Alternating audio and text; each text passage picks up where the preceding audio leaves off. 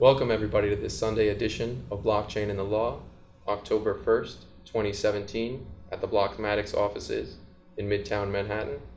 We are joined today by attorney in the space, Conor O'Hanlon at Allen & Overy. He focuses on fintech and blockchain.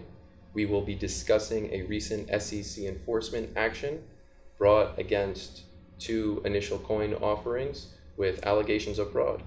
Let's get right into it.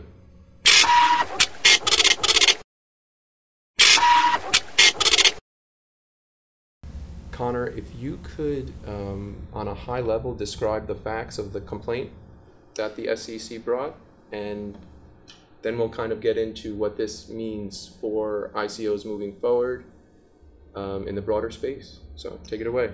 Yeah, so the SEC has alleged that a particular individual based in New York has committed actions of fraud and sale of an unregistered security under the Securities Act and the Exchange Act.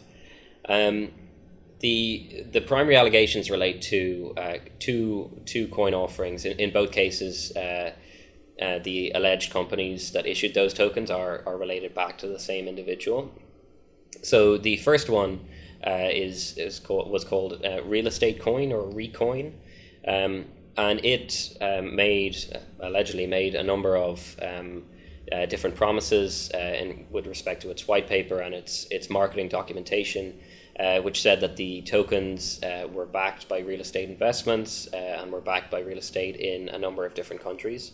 The SEC alleges that those tokens, that those tokens were never in fact issued, and also that the tokens were not backed by any real estate, and no real estate had been purchased or was backing the token and the project at all. The second one relates to a diamond club, again allegedly run by the same individual.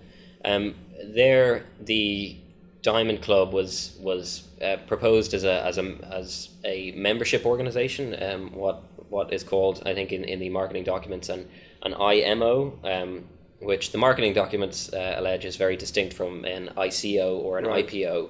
The similarities are quite distinct, but apparently not very different. The SEC took a dim view of that and alleged that was a security, and that in fact the token, or the alleged token, was not backed by any diamonds or any other asset, and in fact it was just a fraudulent misrepresentation. There were a number of other aspects, such as I think marketing statements relating to how there was a team of advisors, how it was legally compliant, how there was a team of lawyers, international lawyers, who had reviewed it, all of which the SEC alleged never happened and was improper. I think the allegations also state that the amounts that were alleged to have been raised were incorrect. I think the Recoin stated that it had raised $2.3 million, when in fact it appears that approximately $300,000 was raised from a variety of investors. I think approximately 1,000 investors in total. I think it's interesting that the SEC originally, according to the complaint, the SEC originally contacted the individual on August 11th, and following which I think some changes were made. It's alleged some changes were made to the white paper or offering documents of Recoin, but essentially what happened, what's alleged to have happened, is that the Recoin, or the interests that were sold for Recoin, were then transferred and given. Those investors were then given an interest in the Diamond Club. So two related token sales, and certainly as the SEC complaint alleges, fraudulent behavior. So on that, if these facts are indeed to be true, there are several kind of parts to them that implicate an action like this, in which the SEC has brought numerous times in the past against securities that promise outsized returns, don't necessarily have the assets that they claim to have, and in this case in particular, the coins were never actually created. And then, was there anything in the complaint about the sophistication level of the investors, or whether or not they were accredited investors or not? No, I took a look through the complaint itself, and also kind of took a look at some of the evidence that the SEC were alleging, and forum posts on Reddit, for example, relating to it. And scrolling through those message boards, certainly to me, it struck me that these people who had clearly handed over and sent money seemed to be quite unsophisticated investors, and were clearly being scammed. If all the evidence does stack up the way the SEC alleges, I think it's quite an interesting case. It seems a relatively straightforward fraud case in terms of what's alleged. There's less focus, and I think traditionally the SEC doesn't put a lot of focus in these kind of fraud cases on the sale of unregistered securities element. But that was and remains part of the complaint, and that is certainly of broader significance, I think, to the industry as a whole. Right. So here we have, again, promise of outsized returns to potentially unsophisticated investors with an incorrect amount of assets that they say they already have. I think they claim to have over 2 million, and they only had about 300,000. And then you have another alleged fact is that there was a certain level of they swapped out one security for another without kind of allowing it. And then the membership part of it. So there's pretty good case law for talking about how a membership in, I believe it's a golf course that hasn't been built yet, is actually a security. Yeah, so I think it's a good example, as you say, like the marketing materials are serve as a useful well of evidence for the SEC against this individual and these companies, and I think that's an important lesson to take away.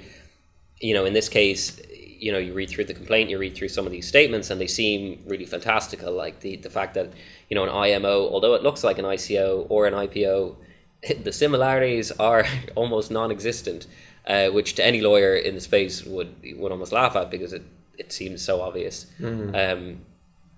But I think it's an important lesson that the evidence is there, and the SEC gathered the evidence on public forums, on things like Reddit, on the website, on the white paper, and on public information, that it was able to just glean, and that was there on Facebook and other social media sites. So I think it's important to recognize that while in this case it seems like the fraud was particularly egregious in some examples, I think it's a good lesson for those considering token sales generally, that your marketing material is not just marketing material, it's also potential evidence if you were to be found to have an unregistered securities offering. Right. And it's interesting because now this is the second action we've seen the SEC, because they didn't bring in an action against the DAO, but this is the second report we've seen come from the SEC in which they're focused on the marketing documents. They really focused on the DAO report, on the white paper, and then in their report they even went as far as to cite YouTube videos with people that were potentially going to be involved with the DAO. And again, the DAO investment in a common enterprise with the promise of return, and the DAO happened to raise 150 mil. About this was significantly less.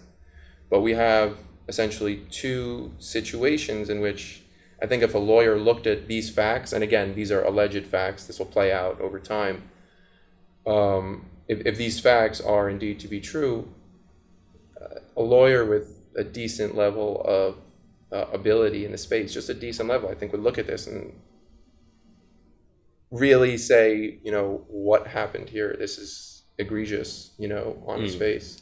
But I think I think it's useful to contextualize it as well in terms of the SEC's broader response. So going back to, was it April, May 2016 when the DAO happened, and then since then there was kind of ICO mania, and particularly at the start of 2017, and there was a lot of calls from the industry saying surely there has to be a regulatory response. And indeed it came in July with the SEC's Dow report. And then since then, I think the SEC they issued that. I think ICOs have continued. And, last week, for example, they announced the creation of their cyber unit, which explicitly is tasked with engaging with ICOs and potential violations that arise from token sales. On Thursday, the chairman of the SEC, as part of a conference, mentioned how he thought that the ICOs represented a potential for pump and dump schemes. And then on Friday at approximately 5 p.m., the SEC released its complaint against this individual. So I think it's part of the SEC is clearly paying attention, and it's part of a broader trend that is occurring. And I think it's difficult to speculate where this is going. This is obviously, as you mentioned, kind of a very what appears to be a very obvious or very clear set of facts, alleged facts of fraud. But I think the fact that this is against and one of the legs of the complaint is an unregistered securities offering, that doesn't mean that the rest of the industry shouldn't sit up and take notice. Yeah, I think the industry will take notice, and at the same time, I still think the ICO industry is potentially, it obviously has a long way to go, but there's still potentially a lot of good things that are happening. Oh yeah, I think for sure, and I think the kind of message is not one of doom and gloom or anything like that. I think it's consult with counsel and make sure that you are engaging with counsel to structure your token offering in a way that ensures that it is either not a security, or that if it is a security, that it is availing of one of the relevant exemptions under the US securities law. But I think it would be improper to not sit up and take notice of this. I mean, there are very real risks, like this individual. The SEC has requested to seize his passport, to repatriate all assets sent overseas, to disgorge any profits or any other money made. I think also, and these are civil complaints, so these aren't even criminal complaints, but in this instance, who knows if those would also be taken. So I think there are risks. I think there was one in terms of the industry generally.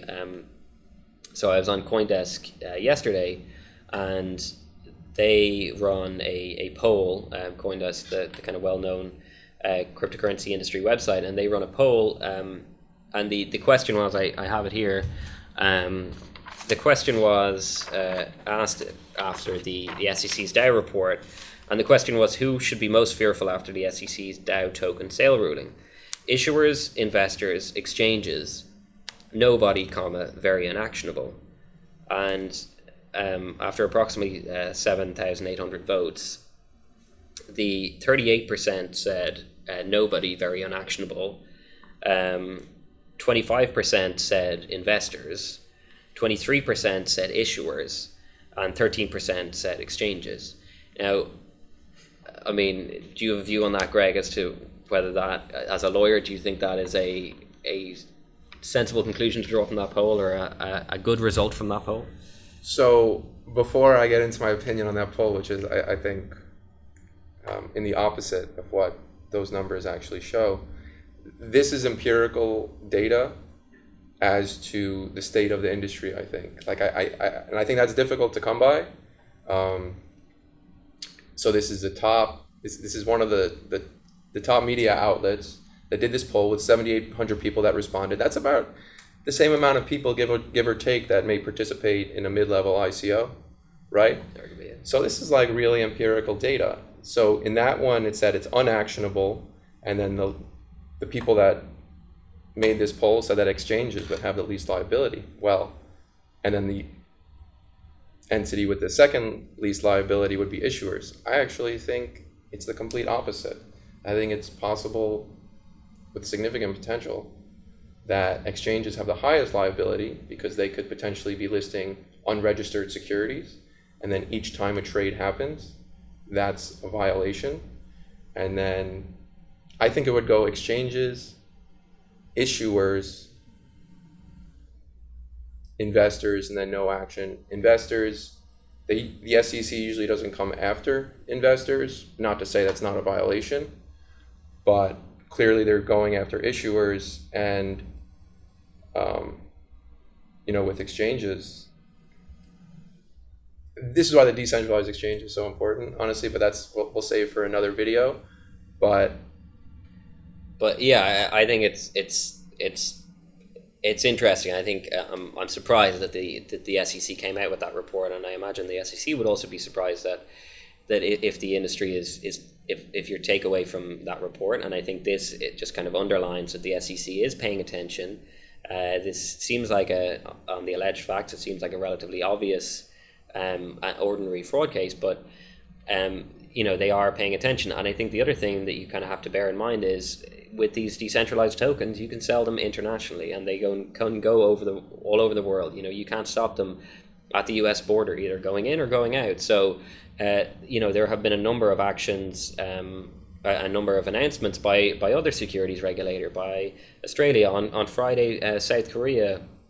I believe that happened when we had our panel. Yeah, so we were on a panel. Full disclosure, we were on a panel on Thursday evening, and by 24 hours later, you had the SEC report, and you had South Korea, one of the major liquidity providers for cryptocurrency exchanges, saying that they were banning domestic ICOs. So this space moves incredibly fast, but I think it's from a securities law perspective, I think the SEC's actions also ties into a number of international regulators of other countries. Switzerland as well came out and said that they were looking at, again, token sales, and were potentially investigating a few. So I think I think it's a message of be careful, and I think it's a message of consult with counsel. I think it would be very unwise to not and to try and go about this process without consulting with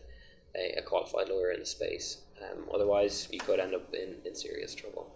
Yeah, and I can't stress enough how important this is, that we're operating at the pinnacle of financial technology, where the technology is breaking. We've seen it break, and I'm very confident it will break again. And then in international markets, each stock exchange, like each country, usually has its own stock exchange. Like, there's not really an international exchange, is there? I think there's in certain industries, in certain, I come from a derivatives law background. There are clearing houses and things that operate internationally, and there would be right, but you have to have like a certain level of sophistication to play. True. I think this is like, there's plenty of arguments you could make that securities regulation generally is not up to task and isn't designed. It isn't designed to deal with this new form of asset class. But that isn't to say that the regulations don't exist and they can't be enforced. Right. And we're seeing that now. So it'll be interesting to see where the SEC goes from here, whether they potentially go after other violations of selling an unregistered securities that are less kind of focused on clear, alleged clear fraud. But yeah, it's certainly interesting times. Going forward,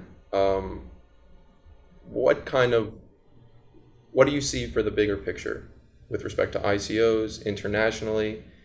So currently there's been action coming out of South Korea, legally speaking. Singapore issued a certain level of, I think it's called the MAS. Yeah, the Monetary Authority of Singapore, yeah. They issued a certain report. Japan, it's kind of like the last major market who hasn't taken a serious action yet that I've seen. Please correct me if I'm wrong, if you know. Japan came out with its relatively positive. I think most people view as positive in the industry. Right. I think about 6 months ago. So Japan has kind of regulated for and permitted crypto in many cases. I'm not a Japanese lawyer, obviously, but I think Japan is kind of seeing the fruits of that, and you're seeing a lot of volume on exchanges. I think Bitflyer, for example, and a number of other exchanges received authorization this week. So they've kind of put in place exchange regulation where those exchanges have to be capitalized in a particular way. So, as you see kind of South Korea and China and other countries banning ICOs, I could see the kind of regulatory havens of countries like Japan, who has put in place a solid framework. It gives developers in the industry and other users a kind of clear framework, and they know they have certainty, can go forward with it. I think that's a positive development. But honestly, if there's one thing I've learned in crypto, it's you never know where it's going to go next. So amazing. And let's just finish with these numbers. This is like real empirical data, and it kind of speaks to the level of where we are at in the industry. It's so important to get with counsel, because these tokens are, which way you want to look at it and how they're regulated, they're financial products that are going international, potentially to unsophisticated investors. There's been case law and statutory law on this in all of the major jurisdictions where crypto is big for years. So there's a certain level of regulations at play here. It's not completely unregulated. So pay attention. This is all going to play out over time, potentially years, 5 to 10 years down the road in the future. But take notice to what's going on and be compliant with it. And you really, if you have a good product and you're compliant with it, you should be rewarded. Because we're in this time now where technology is operating so quickly in global markets, and essentially, if you structure this properly, it is possible to have liquidity with anyone with internet access. So just be very careful. And Conor, any final words? I know I'm a lawyer, so I'd always say it, but yeah, I think basically consult a lawyer. I think this is a kind of a bit of a clarion call and a bit of a warning. It's a subtle one. You may not think it just because it relates to kind of what appears to be very alleged and an obvious fraud, but the fact that this person was charged with selling an unregistered security is something that can be applied to a lot of potential token sales if they're not structured in a proper way. So reach out to counsel if you haven't already with your token sale. All right. Well, thank you for being here today. Thanks, Ray. If you like this video, please don't forget to like it below, and we'll see you next time. Blockchain and the Law.